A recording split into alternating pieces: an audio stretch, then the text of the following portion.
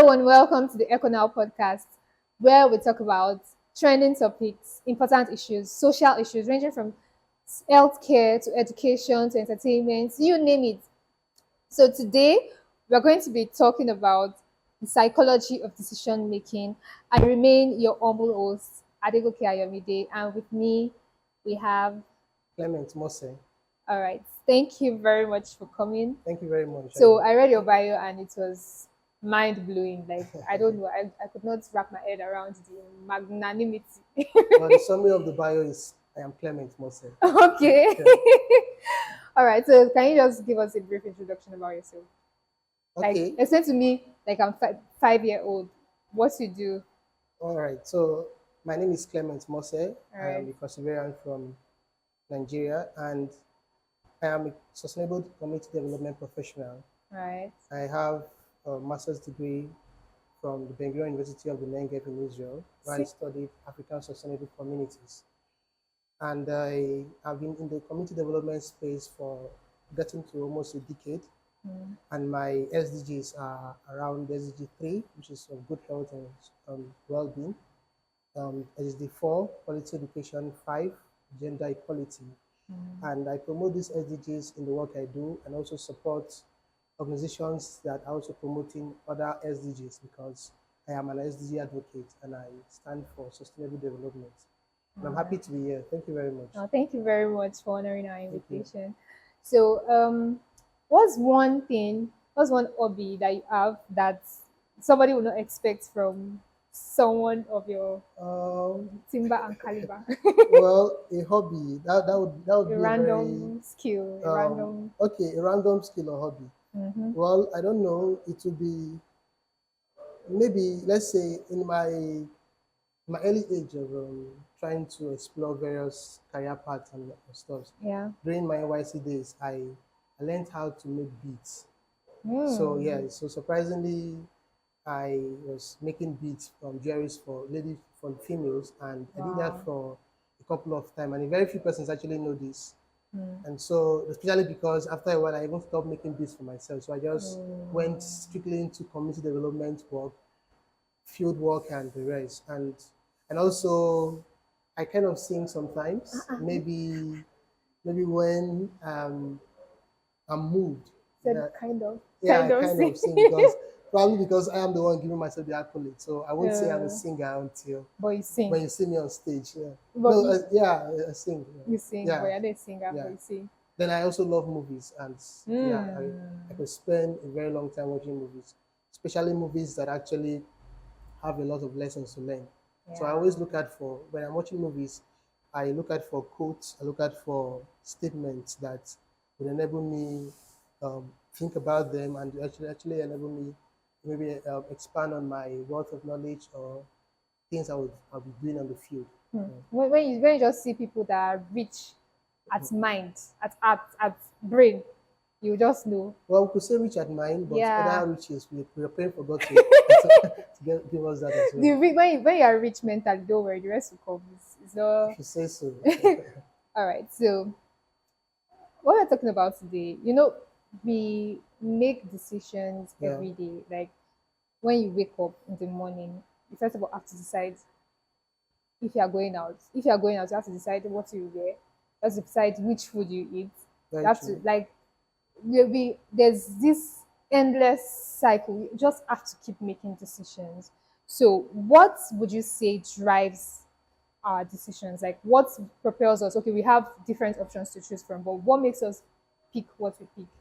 All right. So our decisions are influenced by so many factors, right? Yeah.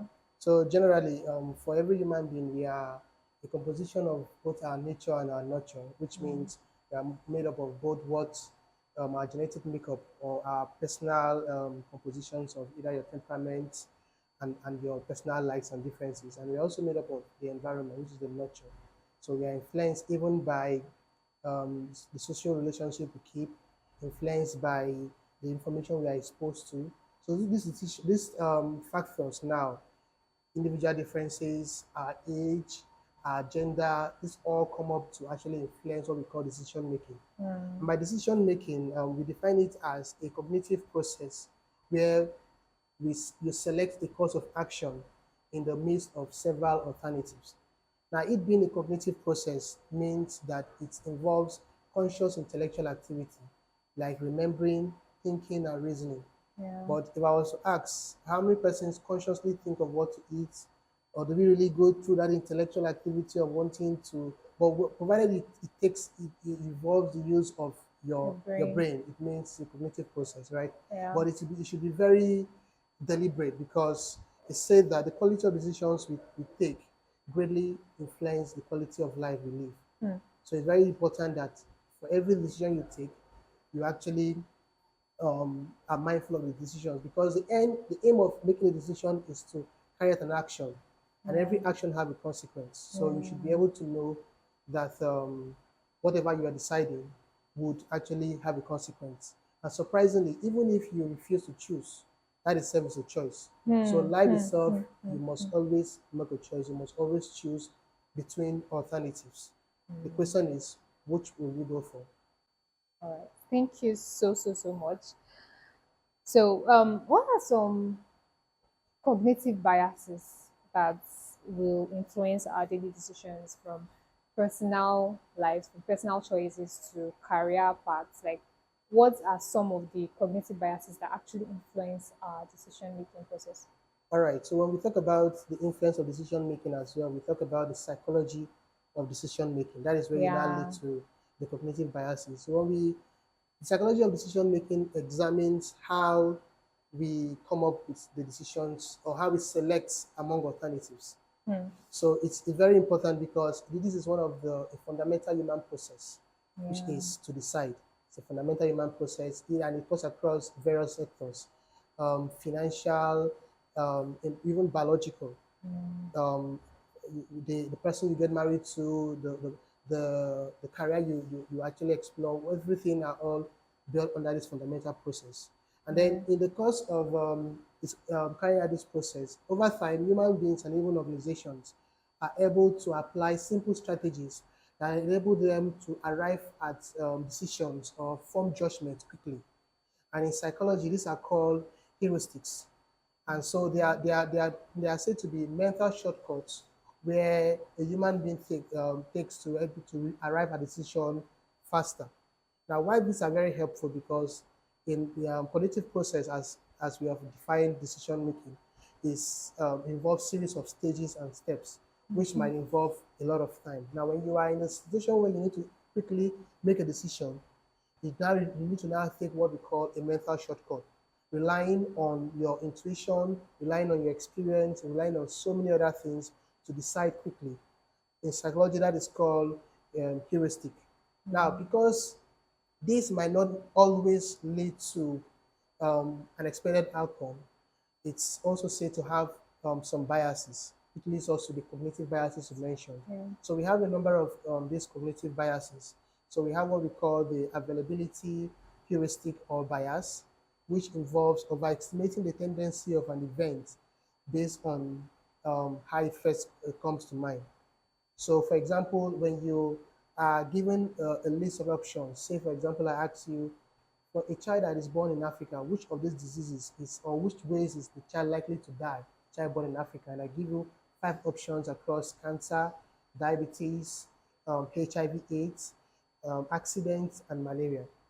Now, if you are recently been exposed to a news that talks about how a number of children died during an accident. Yeah. Or if you have been frequently been seeing those kind of news or adverts or something about people dying from diabetes or cancer, you might decide or go with that option of accident. But it's Yeah. surprising to know that data itself shows that in Africa, malaria is the top Wow. um, killer of children under the age of 5. Sorry, this same malaria that The same malaria that you that treated 3 months ago, and you just thought it was just by like buying an anti-malaria drug oh and the my rest. It god. kills a lot of children. But Wow. because you don't see that on the media, the likelihood of choosing that is lower than that of choosing Slim. the Very accident slim because actually. now you overestimate the possibility of that happening. Another example would be asking you between going by a car or going by plane.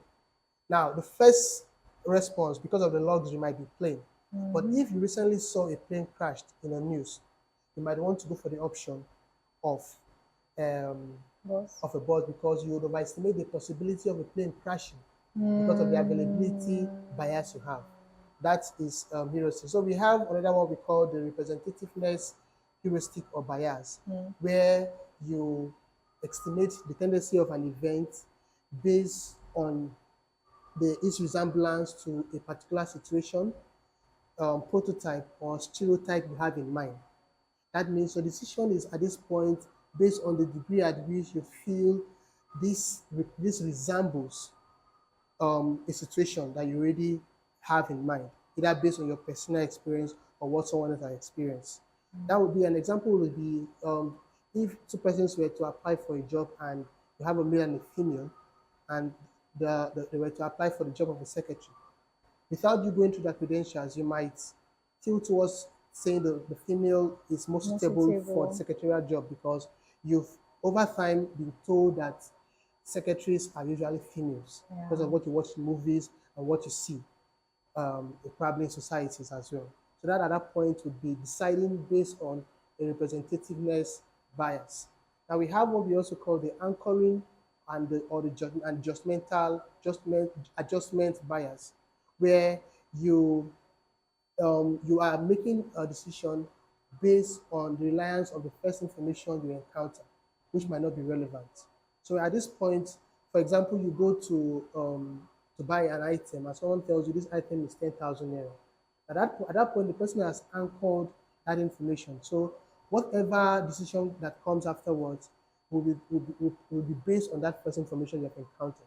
So Mm-hmm. you would probably negotiate that amount Based on based on that that. information, Mm, and you end up probably buying it either higher or lower than you would have if the anchor was a different amount. Same thing yeah. happens when you are negotiating a salary for your new job, and you were probably offered 100,000 per month. Now you might say, okay, let me just add 100% to that amount and probably say, okay, I would want to go for 200,000. That would be to you that would be a good decision. But if that same salary was anchored at 200,000, then your likelihood will have been that you will have gone for a higher amount. You will have adjusted to an amount of 250 Yes, and the definitely. rest. So the adjustment bias comes in when you are adjusting your decision based on your exposure to more information. So you first of all anchor to an information and you adjust based on your exposure to more information. So Information. gradually your perception begins to change, you begin to probably negotiate a different balance based on your exposure to new information. And we have other forms of bias which as we progress we'll explore. We have the confirmation bias where you seek information based on to actually justify or What confirm you your want preconception or pre-existing beliefs. to So that would be a confirmation bias. And we also have the emotional bias and a number of other bias. cognitive biases Mm. that could arise because of your desire to use one of these mental shortcuts, as we've mentioned. All right. Thank you so much. So I'm curious about something. So basically, I have a friend that Okay. likes to. When is this something? If he has not gotten, especially if it's something that he likes and he feels like he's getting it at a steal, like at a maybe A giveaway price or a yes, discount. even if it doesn't actually necessarily need it at that time, he can maybe borrow or call someone to send him money just so that he can get it at that time. So I don't know. How do you like what's your take on impulse buying, impulse decision making? All What's right. So when you talk about when you have these flash sales coming in on Black Fridays, what sellers usually do, they also explore because when you understand the psychology of decision making, you understand how do people and why do people decide to do a particular thing over the other. Why should they buy my item? That is what these sellers try to explore as well. Because as an organization, they are there for profit. yes. So you see them slash an amount of money. They tell you it's going on a discount sale. It was 300,000. Now it's going for 250. So at that moment, you begin to see yourself being at the profitable end, forgetting Yes. that that might be an anchor where you have been anchored on that, and then that might not really be a discount sale, but because of your own perception at that moment, Gratification. and then the fact that you probably, as you say, you have that impulse to want to buy things that are being Cheap. on discount or cheap, you're now going for it. So they understand that psychology and they explore that a lot in trying to gain sales. So what happens in that situation is that the friend of yours, since when you notice someone has that impulse of wanting to buy at any given opportunity, it means that if you are out there to help the person, you can also help the person account Strategize. to Okay. actually curtail that. All right. Because there's some person that will tell you, if my wife was here, she will not allow me to spend this much, because they know that, okay, their wife Mm, is, in terms of finances, are more disciplined and are strategic. able to make better financial decisions than Yeah. them, because they are more of the impulses. So at that point, it will be more of maybe their temperament, be of their mood, Mm-hmm. which is where the where emotions should actually be fulfilled, because when we actually decide based on our emotions, there's a possibility of us clouding our judgment and making decisions that might not necessarily be helpful for us. So people always advise that you don't make decisions when you are extremely happy or very sad or angry, because you can make decisions that will have tremendous consequences on you. So at that point, the person could actually ensure that he or she, first of all, logically asks himself, do I need this? You ask yourself a series of questions. Do I actually need this item? Is it Mm-hmm. going to solve a particular problem? Is it going to be helpful few years from now or few days from now? What is the importance of getting it? Is it a need or is it a want? So Mm. when you make all these decisions, and remember, it's a cognitive process. So you need Yeah. to logically think about these things and be deliberate about the decisions. Because a neuroscientist, Antonio Damasio, did a study, and he said that our emotions drive over 90% of the decisions we take. So instead of us to think and act, we feel and And act. app. And then he came up with a quote that says that we are not thinking beings that feel. Rather, we are feeling Feeling beings beings that that think. think.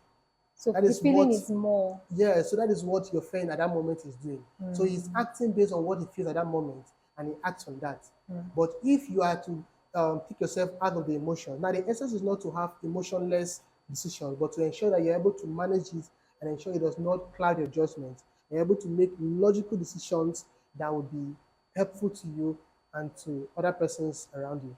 So it's to help that your friend to be more accountable and to see how over time, because it's a skill actually, it's a skill and you practice with intention. You have to be intentional about it.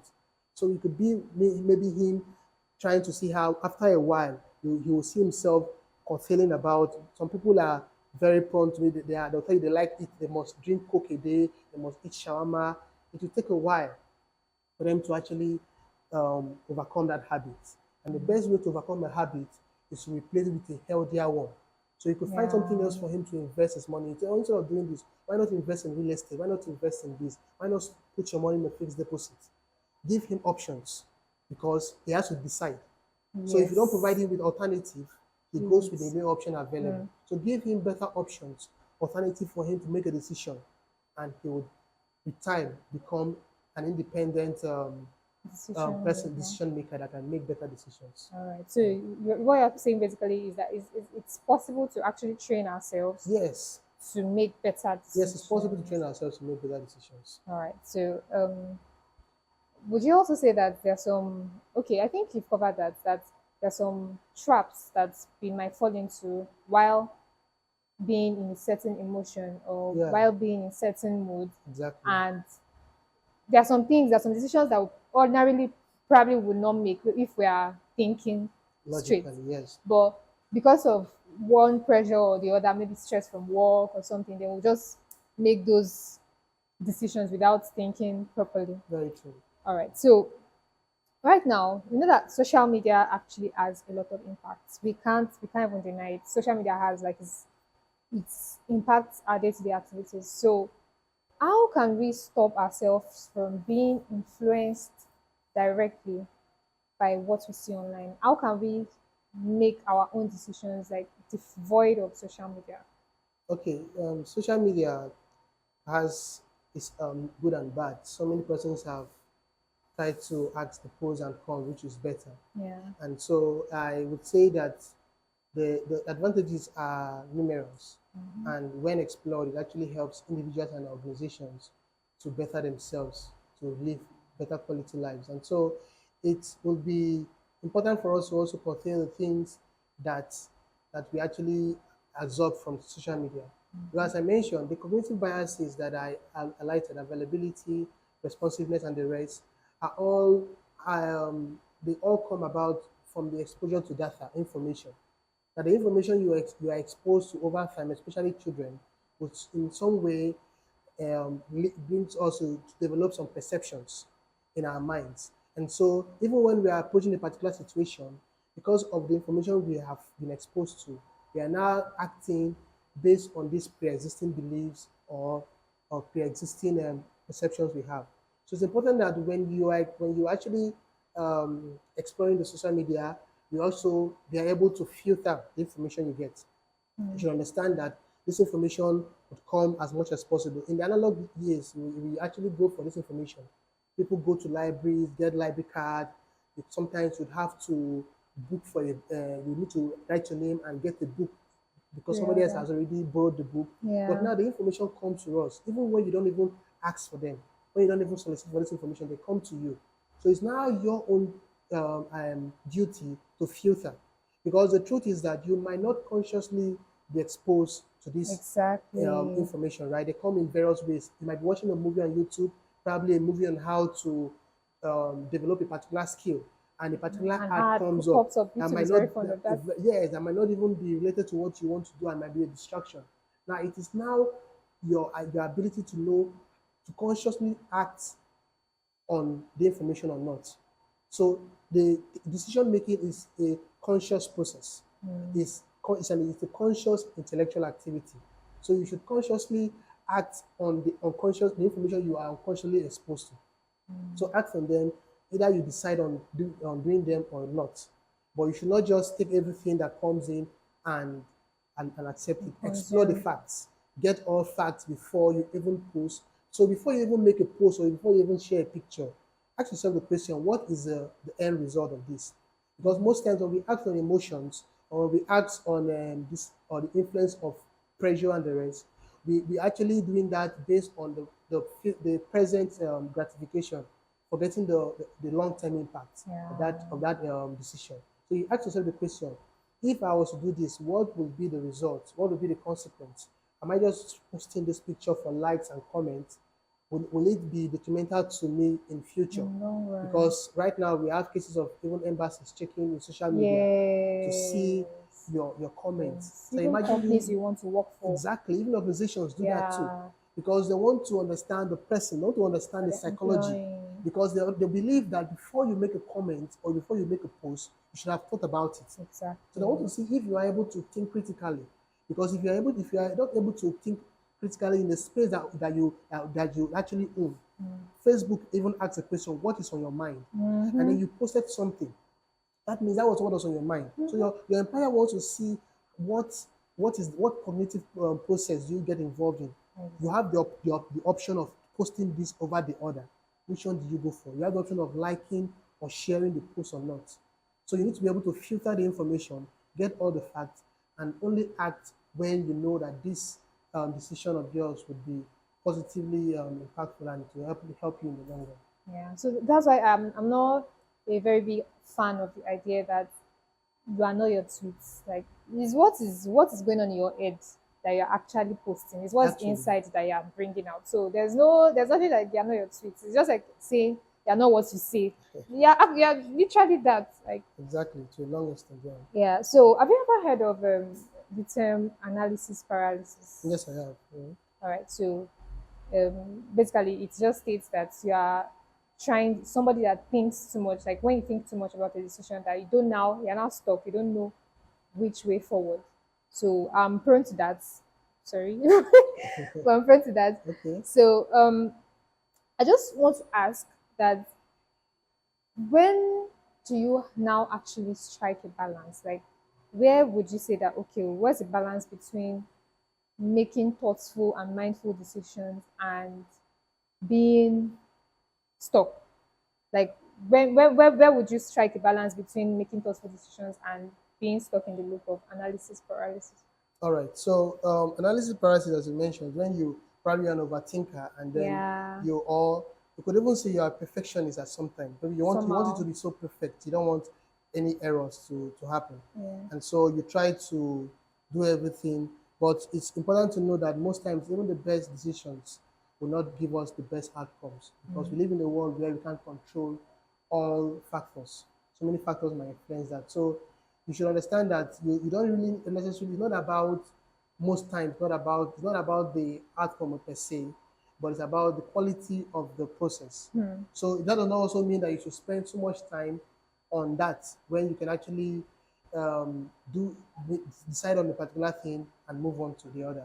So yeah, what you could do at that point is to explore a team. So you could actually have a team. If it's an organization, that's where you have a board where you now bring the decision over and see what the people's perspective. Create an environment where you are able to welcome and value diverse perspectives, right? So you yeah, get that, and then you now see justify and use, probably you can even use data.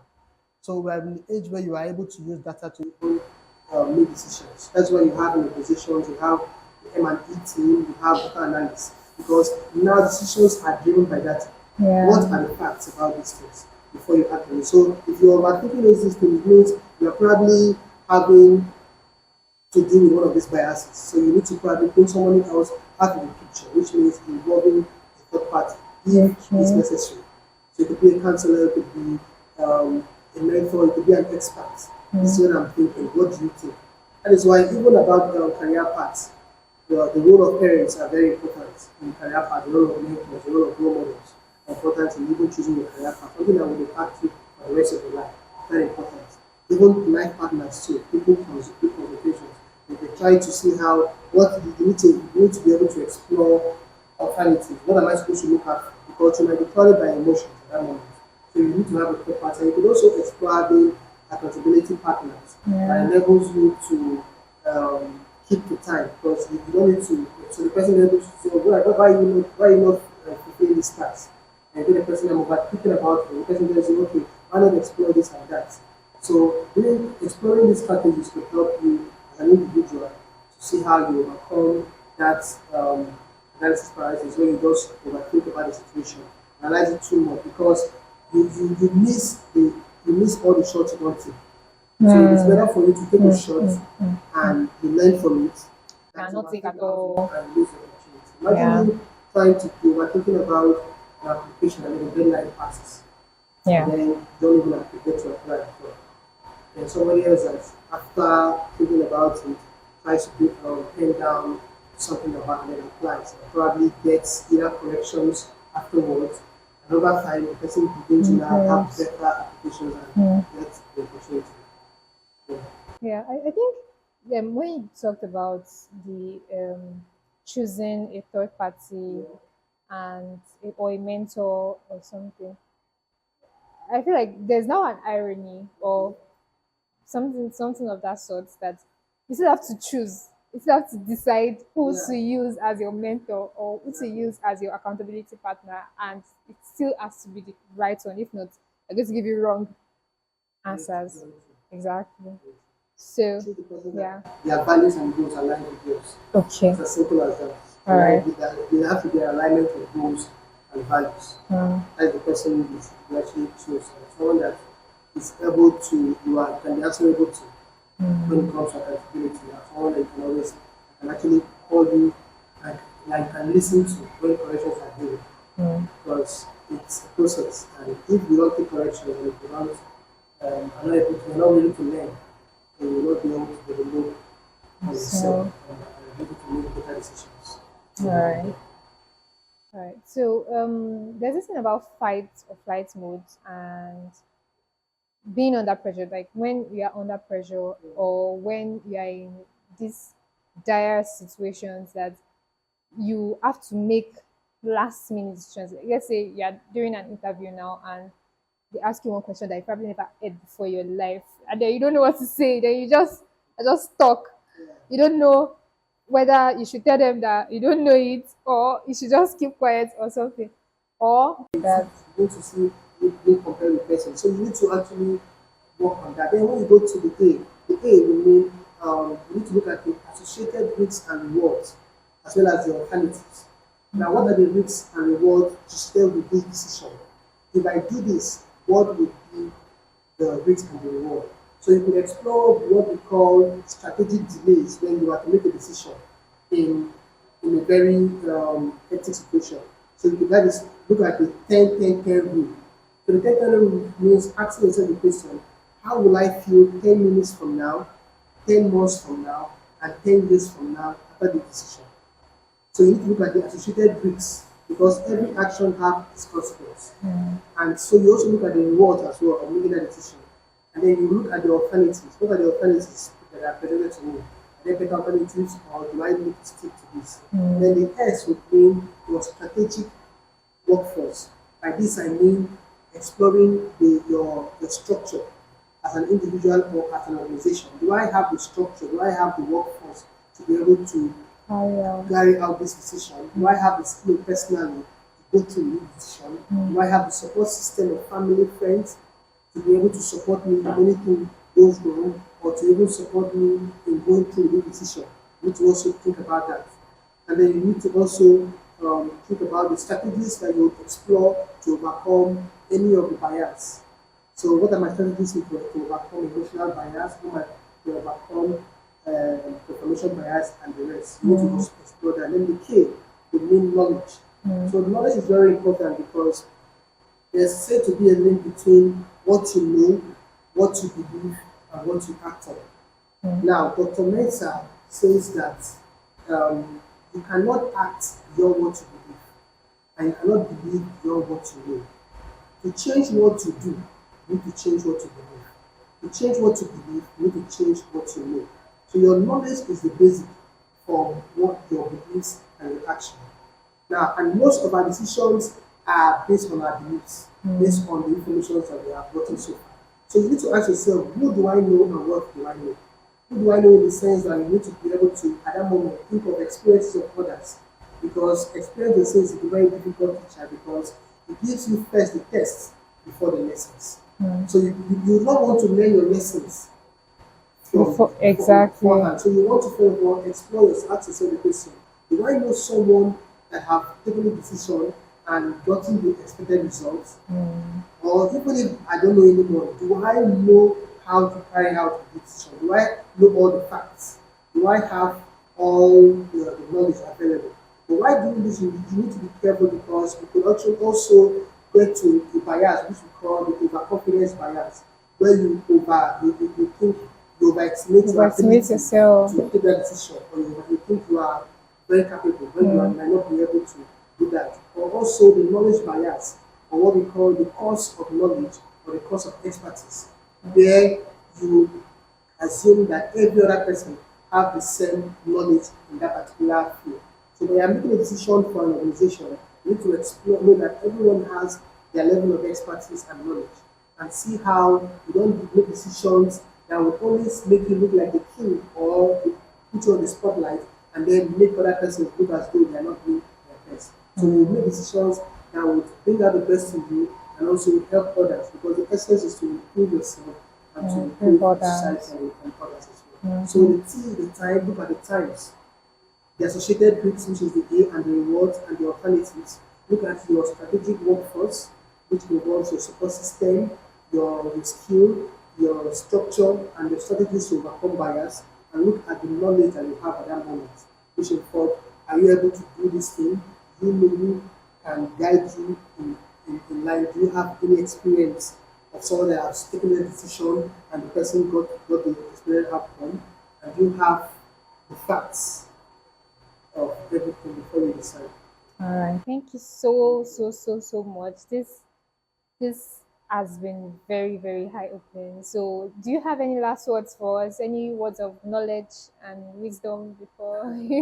Well, lots of knowledge. I would say that in life, this life is full of decisions, right? Yeah. From the moment you wake up, you are sometimes you even decide the time you want to wake up. This is why you Mm-hmm. have alarm clocks and all that. Exactly. So you want Exactly. to even decide when do I wake up Mm-hmm. So life itself is full of choices. Yeah. But because you will not want to go with any choice, because there's a saying that I mentioned earlier that you must make a choice every day. And even when you refuse to choose, that is self choice. Hmm. So you not want to go with anything available. You want to go with a deliberate choice. So you need to be conscious about the decisions you take. And it's a process.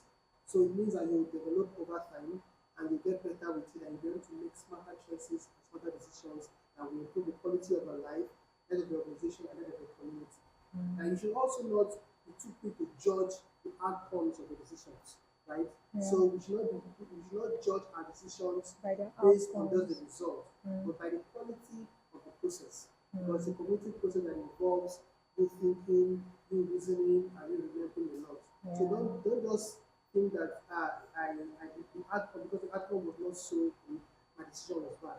That is because we live in a world where the outcome might be influenced by so many factors you don't have control. You Exactly. might make a very wonderful financial decision, and a policy comes in and makes the mess of the Everything. whole thing. Hmm. So you will not at that point begin to regret. Rather, you want to see how you can fine tune, learn from the experience, and see how you can consider more factors in your next time of making a decision. Decision. Yes. But I would want to say that we should the decisions you make in life will either make you or Or marry you. my So you. you should be careful of what you decide, careful of what you you actually think about because in the long run it influences you without you even know, consciously or unconsciously. The decisions you take are built up of the things you have been exposed to over time.